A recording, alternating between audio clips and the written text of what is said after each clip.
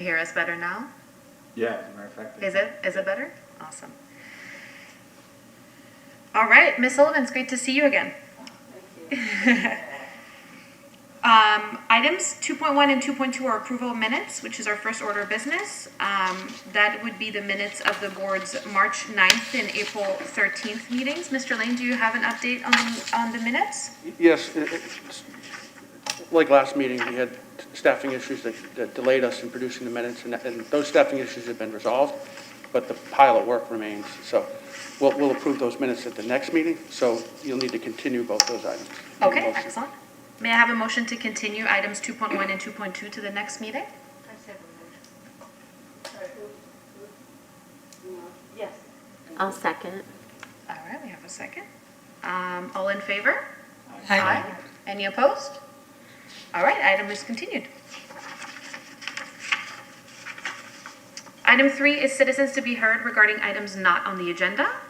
If anybody in the audience has something to speak to that is not on the agenda, please step forward. You'll have 3 minutes. Make sure you state your name and spell your last name for the clerk.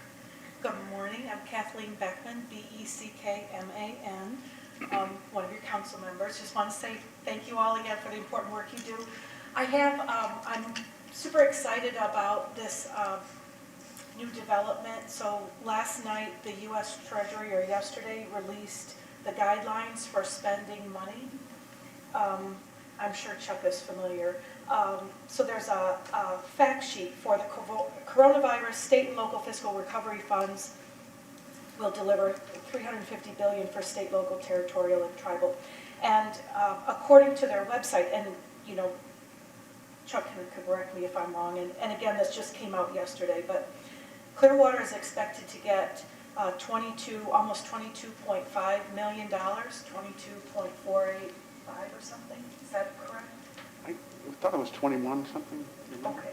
Well, anyway, Not sure. 20 something. Yeah. When I looked on the website, it was 22,485,000, blah, blah, blah. But what I think is most exciting, and you can go to home.treasury.gov, or you can Google up COVID relief funds for state and local municipalities if you're interested. But it seems like the use of the funding is incredibly flexible and broad, and it applies to, again, broad, a ton of things that I think, I think might pertain to the work that this board does. And it's things like, and there are 8 pages, but it's serving the hardest hit communities and families is one of the descriptors, and it has addressing health disparities and the social determinants of health, investments in housing and neighborhoods, such as services to address individuals experiencing homelessness, affordable housing development, housing vouchers and residential counseling, and housing navigation assistance to facilitate moves to neighborhoods with high economic opportunity, addressing educational disparities, promoting healthy childhood environments. So there's, just a ton of different opportunities, and almost $5 million is a lot of money. I'm sure it won't go as far as we want, but there will be competing interest, and so it'll be interesting to see how the city manages that money. And also, I didn't know, Chuck, if you would be able to comment as early as today, because I don't know this stuff, but the county is getting a big chunk of millions of dollars as well, and St. Pete is. And so if we have these 3 large entities in our area, our county, that are getting all these millions of dollars, what kind of impact, do we see happening? And do we get it trickled out over a number of years? I don't know all those kinds of details, but those are things that I'll investigate and read in the newspaper. Reporters will clarify that stuff as we go forward. But I think it's pretty good news. Yeah. So thank you for what you do. Thank you. Chuck, are those monies COVID relief? Is that what it is? Yeah, there's a lot of money flowing. I think the source that Ms. Beckman's talking about, I think that's probably going to be, we're going to get some direction at the council level, Okay. Policy level direction on where we're going to spend those funds. So. Coming up. City Clerk. So yes, so the city will be receiving some of those funds, just as Councilmember Buckman has explained. It's not going to be a one-time payment. I believe it's going to be over a few fiscal years. So we're not going to receive one major check.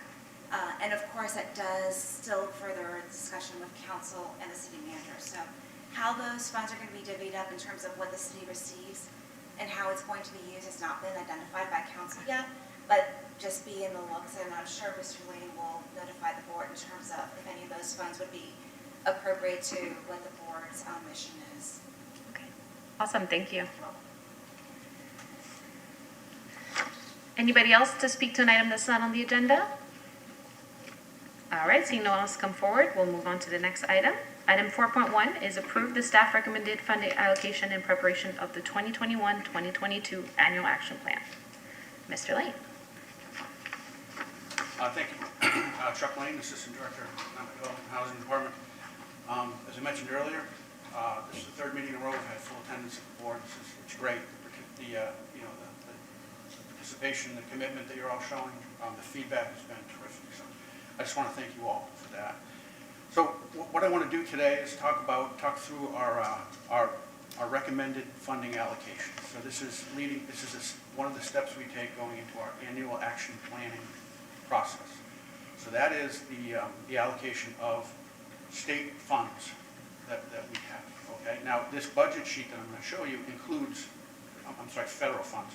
This budget sheet I'm going to talk through with you includes state funds, because what I want to do in this budget sheet is really contain everything that we have access to, all the funding for this fiscal year. Okay. There is COVID money that we still have that is in a prior fiscal year, so that's not shown in this budget sheet. But happy to answer questions about that if that comes up. So just briefly to explain this sheet, on the left-hand side, you have programs, for example, public facilities project with Clearwater Neighborhood Housing Services, and then there's various public service projects, and then we come down to the next page, and then we can get a little bit more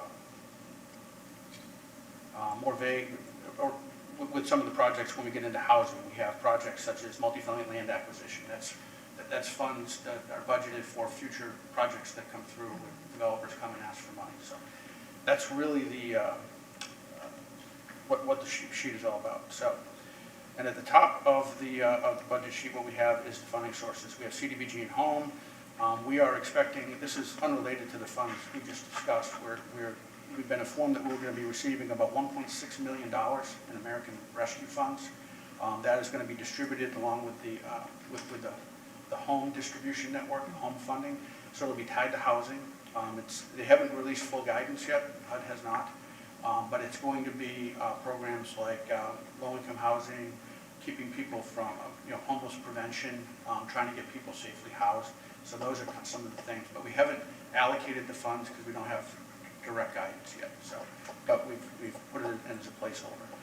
We have 3 revolving loan funds. One is for home rehab, multifamily or single family. Revolving loan fund for infill, housing infill. We use that primarily for land acquisition. And then we have a revolving loan fund for economic development. And then at the end here we have the SHIP allocation. What I've done is I've put in a placeholder in the SHIP allocation of $500,000. It looks like we're going to receive somewhere around, let me grab my notes, I'm sorry.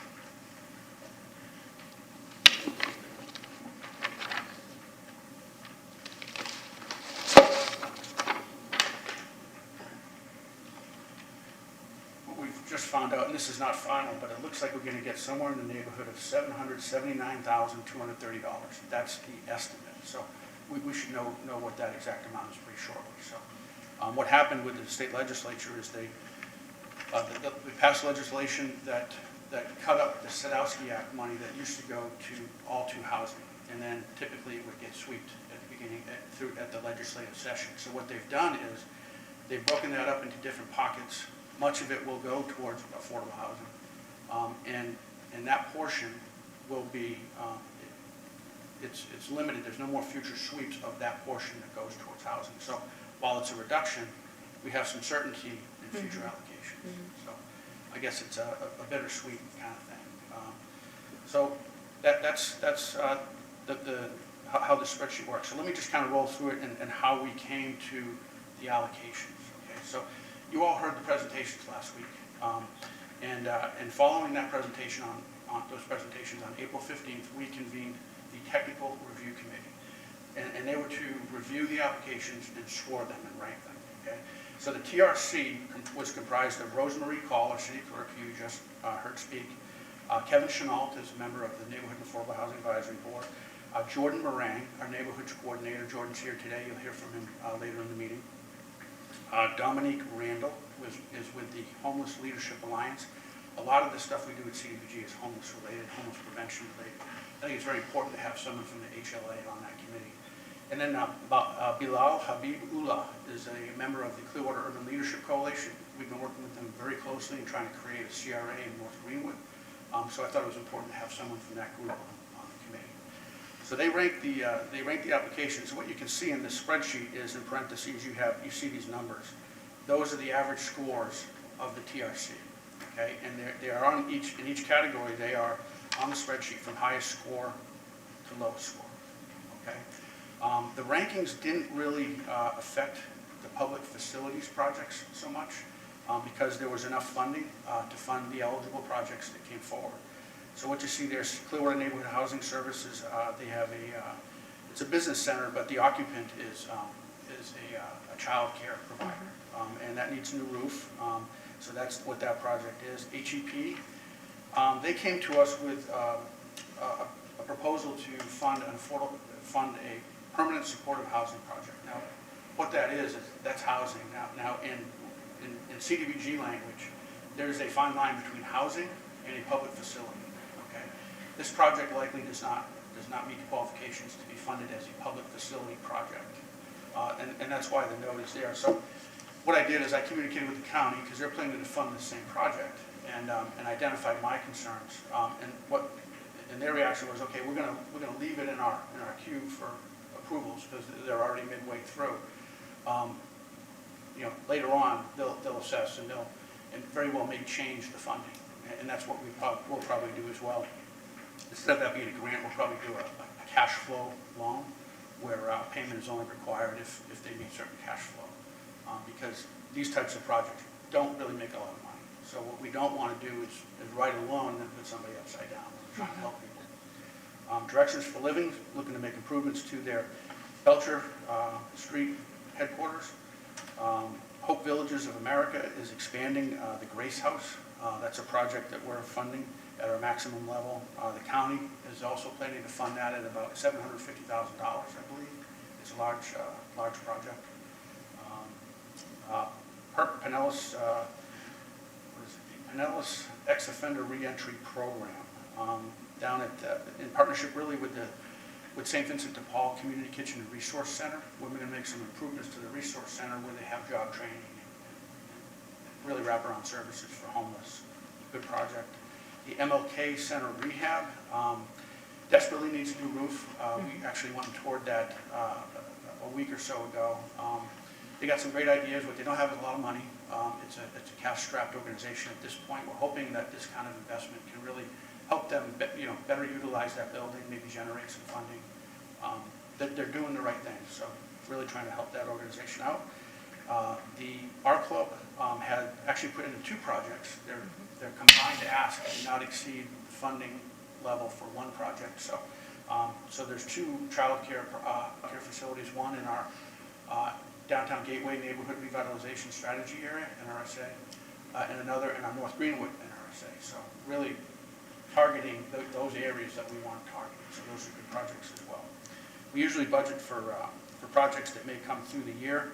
Doesn't look like, with the money that we're allocating, at least what we're proposing, it doesn't look like there's going to be a whole lot left over, so we may not be able to do a mid-year project. Although Clearwater Neighborhood Housing Services, they're interested in doing this project actually in this fiscal. We may, over the next week, we'll make that decision if we can do that or not. If we can, it might free up a few more dollars that we can spread around. So then we get into public services, and this is really, well, you know what, let me stop there and see if you have any questions about our public facilities. We're going to get into really a different side of what we do in a moment. My only question, Chuck, is, and I don't think it's the case, but did all the presenters that we see receive some sort of allocation as part of, under the public facilities improvement? Yes. Okay. Yes. None were denied. Okay. There were some that we didn't fully fund. Okay, For example, Directions for Living, part of their proposal was to fund, really were more maintenance items, and those are not allowed. okay, So we deducted that. okay, But yeah, otherwise, we were able to assist everybody, not everybody to the full extent, and we'll talk about that in public services in a moment, but I'm pretty pleased at what we're able to do. And you really, what I maybe should have started with is our allocations. CDBG, we're 909,000, you can see at the top. Home entitlement, 452,000. What we did in the current fiscal year is we budgeted for the transfer of NSP3 funds that we have. We have about $587,000, okay, in NSP3 funds. We're converting that to CDBG, okay, in this fiscal. And the reason we're doing that is because with CDBG, those funds are much more flexible. We can use them for a wide range. We can use them for housing. We can use them for community development. So it's a good move to do that. And what that does is we're able, because that will be considered program income in the current fiscal year, we're able to use 20% of those funds towards public services in the next fiscal year. So we increased our pot of money that we can provide to public services, because CDBG limits our public services to 15% of our allocation, plus 15% of our program income. So you can see in the note down here with public services, down here, the amount available, 15% of our allocation is $138,393, plus 15% of the NSP3 money. So that's an additional $88,000 that we're able to put forth toward public services. So I'll explain in a moment. We were almost able to entirely fund the public service category, which I was very pleased with, because we've never been able to do that.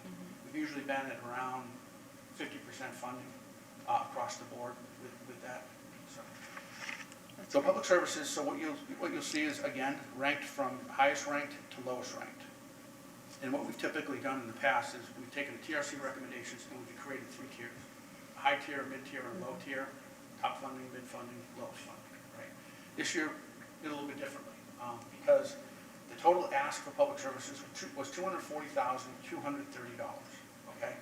That was the total ask. The amount available is $226,560, okay? So the shortage is $13,670, okay? So here's what we did. I did, again, divide it into 3 tiers. The top, you can see the difference between the top 3 and then the 4th and 5th and 6th was a little bit of a gap. So the top 3 organizations we considered the top tier. The next 3 organizations we considered the middle tier, and then the bottom 2, okay? So that gap of $13,670, what we did is we divided that in half, and we took that amount off the 2nd tier and that amount off the 3rd tier. Because the 3rd tier only had 2 applications, it was a larger reduction per organization in the 3rd tier. So what ended up happening is the top tier got fully funded at 100%. The 2nd tier is being funded at 90.5%. And the bottom tier is being funded at 85.6%. Okay? The bottom tier usually runs more in the 20 to 25% range. So this is a huge difference because of this NSP3 conversion. So Pinellas Opportunity Council, we're very familiar with them. They always write a great application. They always have a great program with the Shore Services program. They help elderly people that aren't able to care for their home. They're funded at $25,000. Intercultural Advocacy Institute, also known as Hispanic Outreach Center, $25,000, full ask. Gulf Coast Legal Services, another regular player for us, does some great work for our folks that are facing fair housing issues on the legal side of things. They requested $24,969, and that was approved. And then the middle tier is Kimberly Home. It's a pregnancy resource center. And West Care, Gulf Coast, Florida, they help people with substance abuse issues. And the Pinellas Ex-Offender Reentry Coalition, working a job training program at our community kitchen and resource center down in the Gateway. So that was your middle tier. And then the bottom tier was Hope Villages of America. That's salary support for the Grace House, and St. Vincent de Paul Community Kitchen and Resource Center. So that rounds out probably an important thing to note, St. Vincent de Paul, in the public services side of things, St. Vincent de Paul and PERC are combined. They both asked to fund an employee that they will share. Okay? So we talked about that a little bit with the TRC, and it's kind of an odd request. But I you can look at it a couple different ways, and the way we kind of looked at it was, well, you know, it's two different public services, but they're sharing this person. It's probably a more efficient way to go about it rather than, you know, a lower percentage salary for each. So you know, I think we had, I don't know, Kevin, if you want to make some comment on the discussion we had at the TRC, we ended up deciding to fund it as requested with the limitation of being volunteer. Yeah, we entered into a rather lengthy discussion on those two applications because the fact that two applications are so closely tied together, pretty much asking for the same. Like Chuck said, it is an effective use of the employee and really would have been a cost-effective use. And I think that's the reason the committee decided to go ahead and recommend funding on that. I think all of us came into that open-minded to discuss those two agencies in general and really dovetailed off of each other's conversations to come to that decision. Thank you. And so just to give you some more specific numbers on the tier levels. So the middle tier, $2,278 was deducted from their ask. So they're getting $2,278 less than they asked. In the third tier, each organization is getting $3,418 less than their ask. So that gives you some specifics on where the funding lies. And then with housing, with education counseling, so that's really home buyer education. And we'll talk about down payment assistance in a moment as well. We have three organizations, the same three that we used last year for home buyer education. All three wanted to do traditional classroom education like we've always funded, but all three also put in a request for one-on-one home buyer education. So we funded all three. You don't see scores there because probably we didn't give enough direction, but some gave separate applications for those things and some combined, so it really was impossible to compare scoring. Regardless, we funded each of them equally. And that's $15,000 for home buyer education. And there's a kind of a funding schedule that we have on a per hour basis for the counseling, for the one-on-one counseling, and then for the classes it's $70 per class. Okay. Chuck, can I interject there also? Please. There again, the technical review committee had discussions on all three of these applications. Pretty much because the requests were so dramatically apart, we wanted to have that conversation with city staff to ensure that all three agencies are going to be getting the same amount for what they do, or rather than what their requests were. And that's why Chuck mentioned the fee schedule that they've worked out. Yeah, I think what we landed on, I think, was $150 for the initial consultation.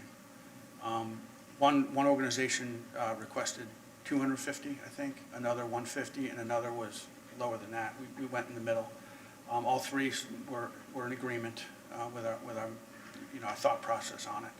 And then there's a schedule for additional consultations to a point, and there's a maximum amount per client. So I'm excited to see how this home buyer one-on-one education goes this year.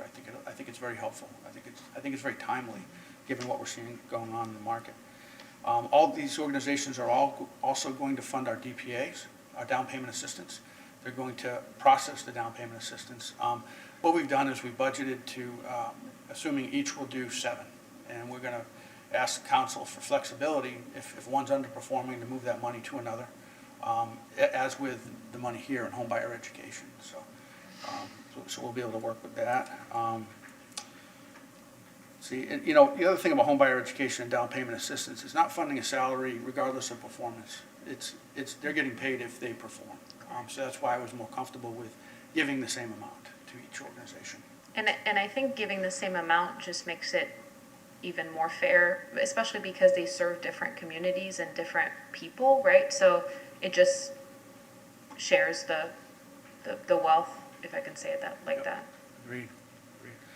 So any questions before I move on from public services? Because what this does, this is really the lion's share of our CDBG money. Okay.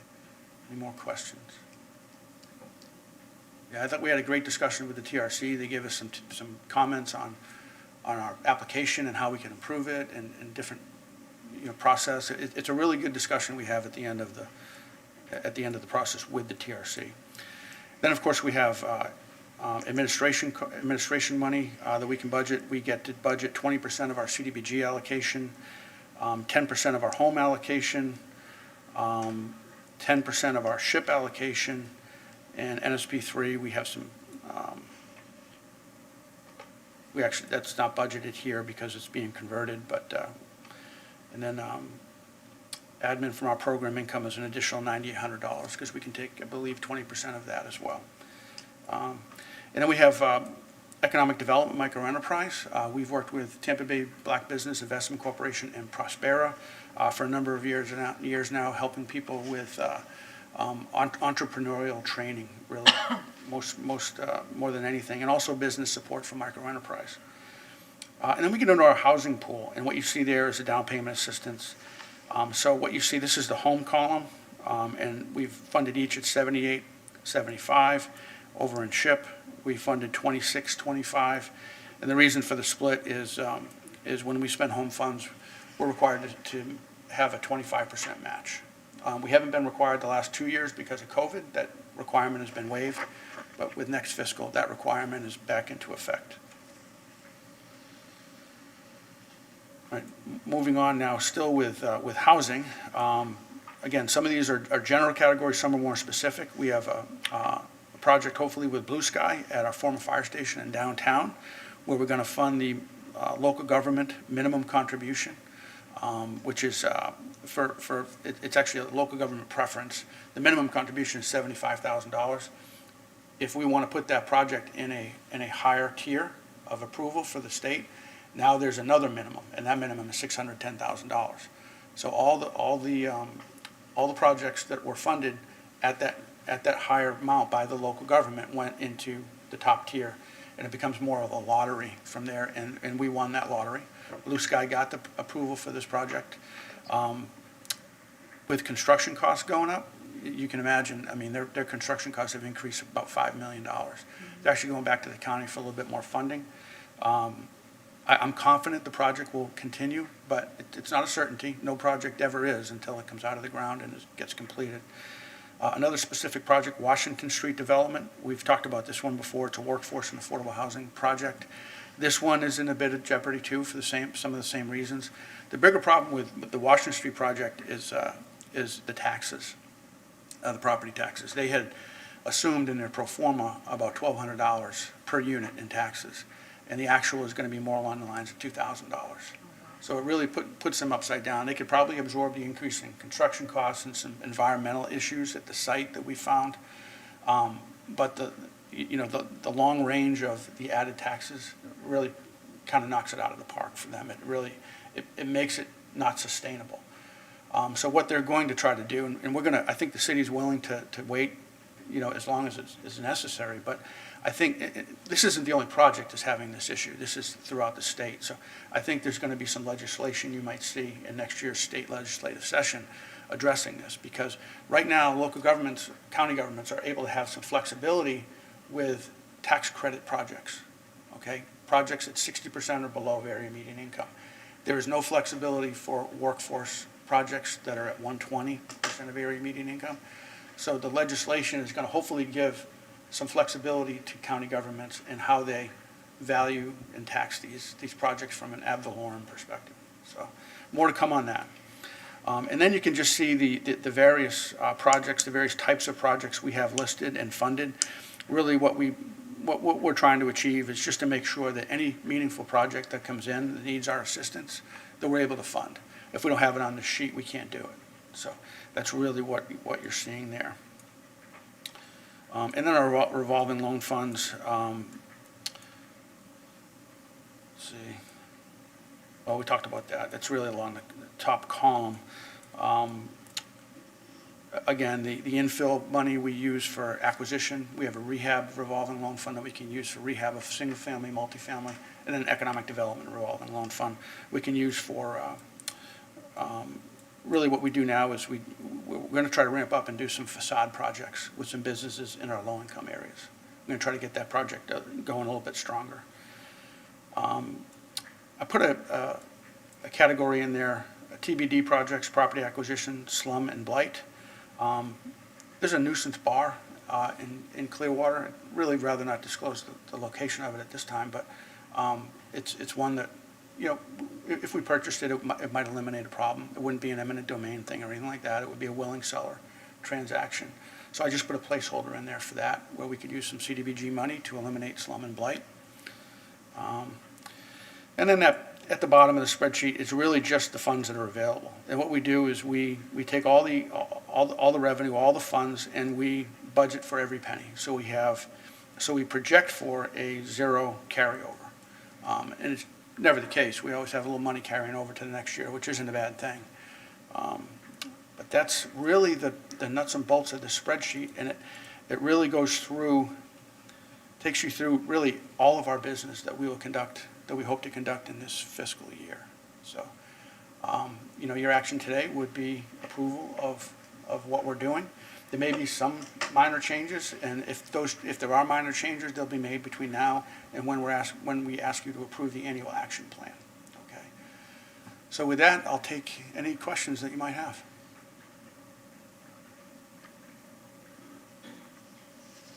Questions or comments from the board at this time? I'll just make a quick comment.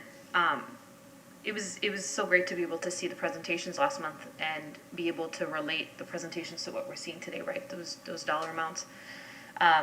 It's great to hear that we were able to fund every single project that came forward, even if it wasn't at 100%, but it was close enough, I think. I'm hoping it's a trend that continues, and maybe in a few years we're at 100% for all projects, and it would be a good problem to have almost too many projects come forward, and to have to be a little bit more, you know, competitive when it comes to who gets funded. It's great to see, you know, to relate these dollars, at least in my case, to relate these dollars to the programs that they go to, because that's how you relate them to the people that we actually are able to help at the end of the day. And I think that's been a great process, right? Being able to see them and then talk to them and ask them questions and then see how we can help. And then hopefully in the future we'll be able to maybe visit them and see, you know, how they do that, you know, there within their walls. We can't really do it right now, but maybe in the future. So that's been great. If we don't have any more questions or comments, I think we'll ask if anybody from the public has a comment on this item. All right, may I have a motion to approve the staff recommended funding allocations? Excuse me, but Kemp has a conflict of interest. Oh, I'm sorry. I knew about that. Totally missed it. All right, so we have to pull two, is that right? We have to pull two from the motion so that we can do that with Ms. Kemp. So we're going to pull Tampa Bay CDC under education counseling and under housing pool. All right, may I have a motion to approve the staff recommended funding allocations except for those two that we just pulled? I'll make a motion. I'll second it. All right. Any questions or comments from the board? All right. All in favor? Aye. Aye. Any opposed? All right, motion carries. And so now we'll have to approve those two separately, correct? Yes. Excellent. So then may I have a motion to approve this Tampa Bay CDC education counseling funding as well as their housing pool funding? I'll second the motion. Did you catch that? Six. Yep. All right, all in favor? Aye. I abstain. Any opposed? All right, motion carries. Okay, item 4.2 is our staff presentation by Jordan Morang, the City of Clearwater's Neighborhood Services Coordinator. Did I say your last name correctly? You did. Okay, good.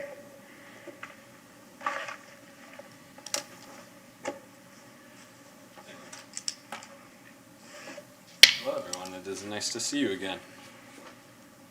So I am Jordan Morang. I am the Neighborhood Services Coordinator here at the City of Clearwater, and I work under Planning and Development. Excuse me. So what I'll be discussing today, I'm going to go over what I do, why we in the city think it is needed, what placemaking specifically is. Going to show a couple pictures of placemaking in action, and then talk about a success story from one of our neighborhoods. So what I do, I kind of break it out into 3 categories, one of which being running the city's placemaking program. So we have 10 individual programs within that larger group. They are Adopt a Park, Adopt a Street, Sidewalk Rain Art, Little Free Libraries, Dumpster Murals, Signal Box Art, Storm Drain Murals, Dumpster Murals, Sidewalk Poetry, and Wall Murals. So there's a wide variety. We like to get as many people involved as we can. Currently we have over 100 placemaking items throughout the city, up north, south, east, west, all over. And I think we have 19 now parks and roadways adopted by businesses, organizations, community groups. Everyone is encouraged to participate. We have a lot of neighborhood associations that lead their own, single residents doing their own projects, businesses, service organizations, volunteer groups, some school clubs. And then also included in this is our Neighborhoods Day. We have had to push that off the past couple of years because of COVID. But in our last one in 2019, I think we had over 30 neighborhood groups participate, and a bunch of members of staff go out and speak to all our different neighborhoods. Next, I am a liaison between the city and neighborhood associations. So what that means for me, we have over 50 active and registered neighborhood associations within the city, be it a neighborhood association, condo association, or a homeowners association. So what they do when they register with us is essentially saying, like, we are a group. If you have anything within our area, we have them set boundaries. You know, this is who you can contact, this is who you can work with if there is an issue. And along that vein, when there is an issue or something within the city that we are doing that's going to impact that neighborhood, I have the contact information, so makes it a quite easy avenue for contact, whether it be a volunteer opportunity in parks, some road construction, or like on the beach, the fire station remodel. That's been one where we've had continual communication. And then lastly, I help assist residents with issues and questions that they have. I receive a wide variety of questions from a bunch of different people, and I think that's because, you know, when people have issues within their community, they think of their neighborhood first and their neighbors, so I'm a relatively easy person to find on the website. So why the city thinks this is a needed part of planning and development is navigating the city. There are a lot of different city departments and people that you might interact with as a neighborhood, so I am able to connect some of the questions and requests that we get to the departments and the employees that might be able to help them. While I don't have a lot of the answers, I now know a lot of names, such as Chuck. If someone came in and asked something that might be able to be answered, I can help connect them. I also act as an ally within the city. I go to some of the neighborhood meetings, and that allows me to get a better and deeper understanding of some of their desires, their ideas for what they want to see their neighborhood. And because of that opportunity to go out and speak with them, I think when we're having internal staff discussions, it allows me to bring their thoughts into it. Also, as I said before, maintaining continual communication with these longer term projects, whether it be roads, other infrastructure items. It's very important to make sure that the neighborhood is aware of what's going on, and then also the city to have a contact within the neighborhood if anything needs to be communicated. And then lastly, I'm a response aggregator, and by that I mean a lot of issues and responses to problems that we're having in our neighborhoods require a lot of different departments, and I'll talk about that a little bit later on, but it's important to deal with some of these issues as a whole instead of piecemeal, and I think that's been one of the important parts of my job, is working with various departments within the city so that when we do have an issue, we can address it wholly and not just as single pieces. So one of my favorite parts is placemaking, and I don't know how much everyone knows about it, so I'm just going to talk real quickly about what it is, and it's kind of one of the most publicly facing things that we do, so I would like to talk about it. So placemaking, it's a concept and the practice of creating a public space that both reflects and promotes the sense of community within an area. So this centers the community around what a space is currently and what it should be and what they want it to be. So it's a bottom-up approach. It's very driven by community action. That's why it's important to have these neighborhood associations be registered with us and be active. It's also flexible and adaptive. We live, in a built environment that has boundaries and rules for it, and placemaking attempts to expand those boundaries and work with inside the rules, sometimes a little bit, on the periphery of the rules if we're having some fun with it. And lastly, it's a response to the notion that the physical, cultural, and social identities of our neighborhoods and our communities have a deep impact on who we are, what we have the ability to do, and how we interact with one another. So placemaking attempts to take the best of all three and bring them to the forefront of the community. So I'm just going to go through a couple pictures of each of ours so we can kind of put a face to all this. The first one is our sidewalk rain art. So as you can see, those little fishies, they're hydrophobic spray that we put on the sidewalk, so when it rains, or when you put a sprinkler over it, like these kids did, you can see it, and we have different messages, different stencils, so that's fun. It's a nice, easy one to get into. It can be done with kids, can be done with anyone, so that's a very fun one to do. Next, here is a picture of our Poetry Made Concrete program. So this one, I think, is outside of is on MLK, right next to a bus stop. This came out of a citywide contest where we received upwards of 200 submissions from residents, students, business owners of their own poems about Clearwater. And we picked 5 of them, fabricated the stencils, and now are stamping them into the sidewalks. So this kind of exemplifies placemaking well because obviously it beautifies a sidewalk that was previously broken and need to be repaired, and it's a value-added repair instead of just repairing it. And it's nicer to walk on a clean, not broken sidewalk, but now when you look down, if you're sitting at the bus stop, it's a value-added piece to our built environment. Next, I'm sure you've seen these around, are our signal box art. Here are 2 examples of them. Obviously, we drive all past these many times a day, and they're just an overlooked aspect of our community. And I think this program does a really nice job of taking an overlooked aspect of an overlooked piece of public space and activating it positively. So the Clearwater Arts Alliance really helps out with this. They help with funding, but this one specifically gives local artists the opportunity to kind of make their imprint on the city. And I like it a lot because it connects the artists, the professional artists, with the community. We get neighborhoods that come to us saying, hey, can you connect me with an artist? We want to get this done. And then also the one on the right was funded by a law firm, so it brings businesses into the fold as well, which is important for placemaking because it's not just neighborhoods, people who live there, it's also people who are working, employees who are driving into that neighborhood every day. So I think we have around 30 of these now, so they're very pretty. And brighten up a space that otherwise might not be. This one is our storm drain mural program. This was at the intersection of MLK and Woodlawn. It allows neighbors and, again, kids to get out and have an impact on the built environment. Obviously, our built environment might be challenging to change sometimes, especially as a child. It's where we live, it's all around us, and it might seem very challenging to change. So taking the opportunity to have your imprint on it by doing these storm drain murals is a wonderful opportunity, and it's one of our most utilized ones because it is relatively easy for people that don't wish to, she's freehanding beautifully, but we have stencils for people that don't wish to do that. And then the last one I'll show you is our Paint the Pavement program. So this is our largest in scale in terms of staff time that it takes and funding that it requires. So this one is the Skycrest neighborhood at the intersection of Mars and Rainbow.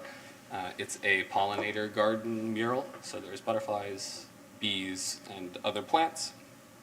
This one in particular is really a community building effort at this specific program, we had school teachers, business owners, students, council member, local professional artists, city officials, and police officers all involved. So this is definitely one of our more community building programs, and we're hoping to expand it in the future.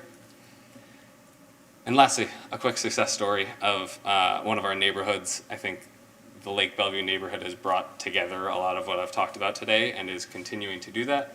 So the Lake Bellevue neighborhood, they came together as a neighborhood and identified some issues and concerns that they were seeing that they didn't like about their neighborhood. They took the initiative to meet, first as a neighborhood and then with the city, to work together to try to figure out how both could be used to positively impact, in their vision, their neighborhood.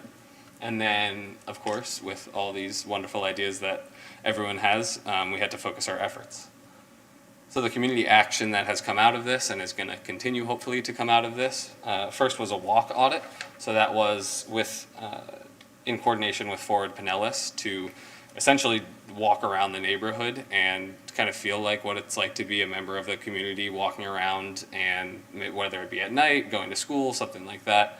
And what came out of this was better street markings, like sidewalks, and also some better lighting. Next, murals. As you can see here, this was, again, one of our Paint the Pavement programs. This was our first one. It was wonderful. And there's also, FYI, community partners helped create a couple wall murals as well. So now the community has a whole corridor of murals that, because of this street mural and then also some wall murals in one of the more active parts of the neighborhood that the community goes. Another part was the lake and community events, community cleanup events. So over the past couple months, they've cleaned up over 1,000 pounds of trash from the lake. I think it's well upwards of 1,000 pounds of trash from the lake and the neighboring community. So again, this is really, truly a community building effort because of the community partnerships that it has grown. The Clearwater Marine Aquarium just moved into a warehouse right across from the lake.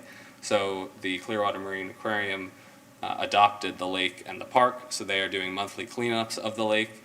The Lake Bellevue Neighborhood Association also partnered with the FYI Community Partnership and then Community Services Foundation.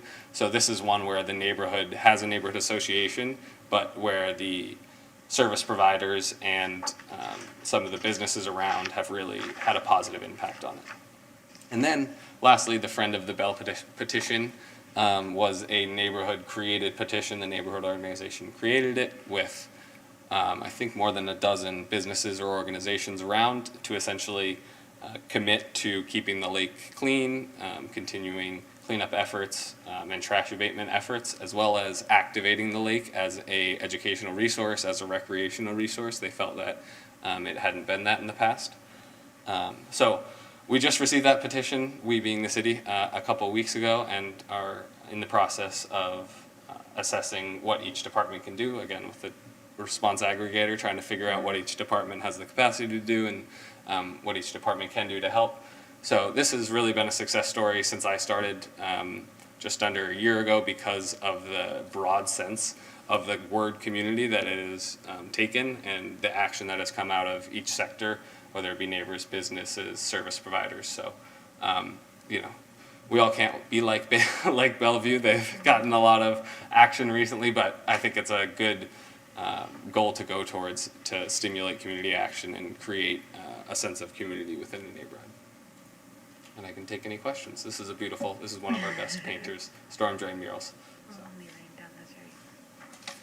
Any questions from the board? I do. How can we get in contact with you? How do you get in contact with me? I can give you my phone number and my email. My email is jordan.morang@myclearwater. So that's jordan.morang@myclearwater. I'll email the board Jordan's contact information so you have it. Thank you. And feel free to share that with anyone that you care to. Like I said, I get a lot of different calls, emails, and I'm happy to assist anyone with whatever they may need. Any other questions or comments from the board? I just think it's amazing what you're doing, and I mean, for the community, for the city as a whole, it seems like a great program. and getting community involvement and getting people involved in their city is a great thing. So thank you. Yeah, it's a kind of a snowball effect. Jordan talked a little bit about Lake Bellevue, and it's one of the areas he really focuses on. And, before Jordan got here, we actually convened a committee internally with various staff to try to figure out how we could move the needle in Lake Bellevue. And it was really, really hard. I mean, we probably met for a better part of a year before we even got in touch with the community, because we just didn't know how to step through it. And Jordan's predecessor and now Jordan have come in and really have taken that to another level. It's a much better situation. There's more to do, but they're doing great things. And I wanted you to be aware of what he's doing. It's kind of peripheral to what we do, but it's all interconnected, And I want you all to be exposed to some of these things that you might not have as much knowledge of. So that's why Jordan's here today. And in future meetings, I'll try to, plug you into other aspects internally to the city, external, some of our partners. But every meeting, I'll try to bring something kind of different to help your knowledge level of what's going on around us. Thanks, Jordan. Really appreciate it. Thank you all Thank for you, having Jordan. me. All right, item 5 is old business. Does the board have any old or new business to discuss? I have something. I mentioned at our last meeting that I was able to attend a virtual presentation and workshop about the racial disparities in homelessness in Pinellas County. And I just wanted to discuss it a little bit since we have a little bit more time at this meeting than we did last month. It was put on by the Homeless Leadership Alliance of Pinellas County, and it was an interesting presentation of a report that had been from a study that had been conducted by Dr. Susie Patterson, and she was able to basically break down some of the racial disparities that she and her team found in the different parts of the continuum of care in Pinellas County by simply talking to, homeless people that were using services from specific providers, from all of the providers really. And it was interesting to see that there are racial disparities in homelessness, not just in the way that they enter the system, but also the way that they're able to or not able to exit the system, the way that they feel they're being helped through the system, and the reasons why they're homeless as well. So I have a few notes. I'll just share a few of them. One of the things that I wrote down because it seemed like it was such an important thing was she asked homeless people that she was interviewing whether they were lifelong residents of Pinellas County or had just arrived, if I can use it that way. And it seemed like the Black homeless people had been lifelong resident of Pinellas County at over 25% when white people were under 10%. So they had been in our county for longer, and they somehow still were struggling with that cycle of homelessness more than white people did. It was interesting to see that our Black homeless people became homeless from lost jobs and going to jail and things of that nature, when white people were more because of alcohol and drug issues. So those were two of the big things that her study supported. And there was a really upsetting difference in terms of the services that white people were able to get over Black people in our continuum of care, and some of the rules that white people can seem to bend and Black people can never seem to even get through. So basically not getting the help that they needed to build a future. And the whole report is just great, and I'll send it to Chuck so he can send it to you guys. But at the end of the presentation, and I had to leave the meeting before we broke in groups, but the goal of the presentation was to break up in groups with all of basically the stakeholders that were part of the meeting so that we could talk about next step. Basically talking about, now that we know all these things, what do we do? And so they sent a recap, if I can call it that, after the meeting that I shared with Chuck and that we'll bring up. And Gabe, if you want to come up and speak to what you thought of the meeting as well. I just wanted to share it because I think it's something that's happening in our community that obviously if it's being talked about, we need to be aware of, especially,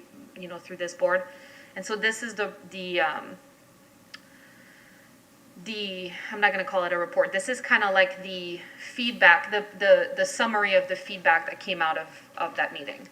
Good morning, Gabe Parra, with Community Development and Housing. Yes, let's go back a little.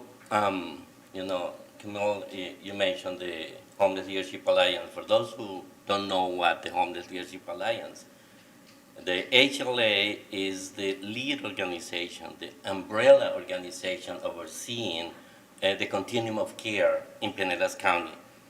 So they receive funding from HUD, and in addition to the funding they receive from local governments and private enterprises. So what HUD found out through several reports in the past years, the racial disparities between the black homeless and versus the other races and whites. So HUD mandated all the continuum of care receiving funding from them to look into the issue. So Pinellas County created the HLA, which is again the one oversees everything in Pinellas County, the COC. A new subcommittee, actually is a full-fledged committee, is the DE&I, Diversity, Equity, and Inclusion Committee, to really address, because we need to send a response to HUD and establish what is the reason, or what are the reasons that the disparity exists, and what are we going to do about it. So that committee is very important now. The city has a table, has a seat at the table. I represent the city at the DE&I. And through this committee came the idea of hiring the consultant that created this particular report. At the beginning, pre-COVID, we were going to do it ourselves. We had everything ready to go in groups. Actually, I had secured the Peace Memorial site, and most likely we were going to also use the San Vincent de Paul Community Kitchen to go in different groups and do what Dr. Peterson did. So again, it was because of the COVID. The sample was smaller than we had a more ambitious idea at the beginning, but the job that she did is fantastic, is awesome. And yes, we have the report if you want to send it out. I just did, yeah. That's fantastic. Just take the time to read everything that you see, the responses and the examples that some people give, and why, this is one of the big questions that we have now, why is it taking longer for a black homeless person or family to get out of homelessness, while it is kind of easier or faster, let's put it that way, to a white person or white family? So we don't know what is the next step now. This is where we are now, and then hopefully with the COVID restrictions being lifted a little, we will be able to have a different type of meetings to go more in depth, to retake where we left off last year or the year before. I don't even know, 2 years, 1 year? Sounds like 10 years that we've been going through this ordeal. So the next step, we don't know what the next step is. All we know is that we need to take the next step and continue finding. And now that we have an idea of what it is, we need to dig a little deeper and then start taking the steps. So that's basically where we are now. It is a very good thing that we have the DE&I committee. And yeah, I think, Chuck, I sent you the report that the meeting was based on, and then this is actually, so the summary of kind of what the group said would be the best next steps, right? And I wanted to bring it up mainly because one of the main issues that seemed to come up in Dr. Patterson's study was that there weren't enough people to help, basically. And it was said in a bunch of different ways, but it was basically like there's sometimes there's a case manager, but there's a single case manager for 100 people. Sometimes there's not even a case manager that's there full-time. Sometimes a case manager has to do other jobs at the same time. And I thought it was interesting because of how much we as a committee and through the funding that we just discussed are able to help some of these salaries and whatnot. It's good to know that can help move the needle, right? And obviously it's not the end of the conversation, it's not the end of the issue, but it's good to know that at least we're doing, the right thing in terms of what we can do, in our footprint. And knowing that there's money that's gonna be coming in from COVID relief that's going to be, like Ms. Beckman said, that St. Pete is getting some and Clearwater is getting some and the county's getting some. Because this organization is countywide, this will probably be one of the first that will be able to receive some of that funding. So it's good to know now that that issue's been addressed and that we have some sort of guidelines for what to do next. And there is some mandate from HUD to the continuum of care providers that they need to look into the possibility that is something within your organization that is like at the front door. If something is happening, how are we going to address that one? Correct. So the COCs, the continuum of care providers, are being asked to look into it. Could be just an employee, could be a manager, could be all of the above or none for a particular organization. Correct. So we're onto it. Right. Thank you. So when are you having like a meeting to see about the next steps? Oh, actually, the DE&I committee that I mentioned before, we used to meet every month. Now we're doing every other month. Probably we'll go back to monthly now that things are going differently. But this is a standing committee that we are looking into it and working on it on the DE&I. And I assume you'll be using that summary of absolutely. Feedback from the Yes. meeting. Okay. Yes, that's the foundation of what we're looking at. And most likely we will recommend another study a little Okay. deeper to keep on digging until we find a possible solution. Okay.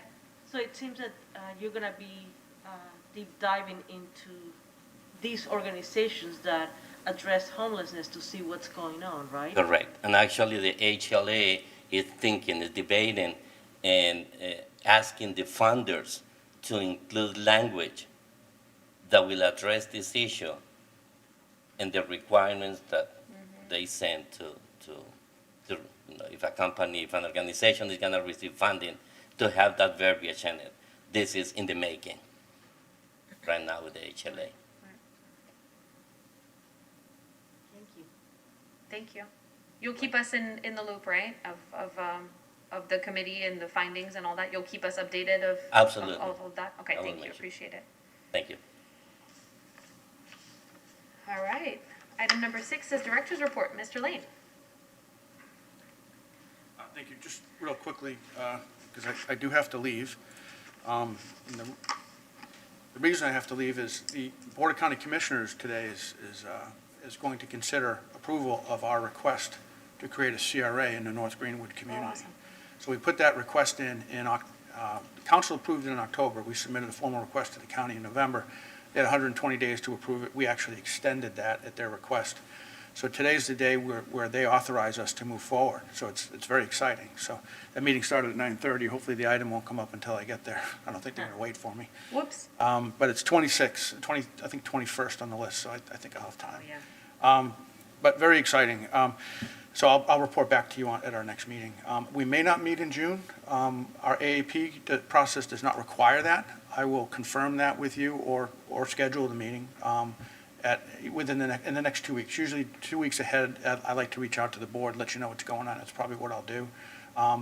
If we don't meet in June, we will most certainly meet in July to approve the AAP. That'll be a public hearing, very necessary meeting. So it's certainly required that we'll have a quorum, which certainly doesn't seem to be an issue anymore. So, and I really appreciate that. Thank you all for your commitment. Very much appreciate what you all do for us and for the city and for the residents. So thank you very much. So unless you have any questions for me. Any questions for Chuck? Thank you. All right, item 7 is board members to be heard. Anybody has comments or anything else to bring up today? No? All right. Our next NAHAB meeting may or may not be scheduled for Tuesday, June 8th at 9 a.m. here in Council Chambers, and we're adjourned. Thanks, everybody. Thank you. Thank you.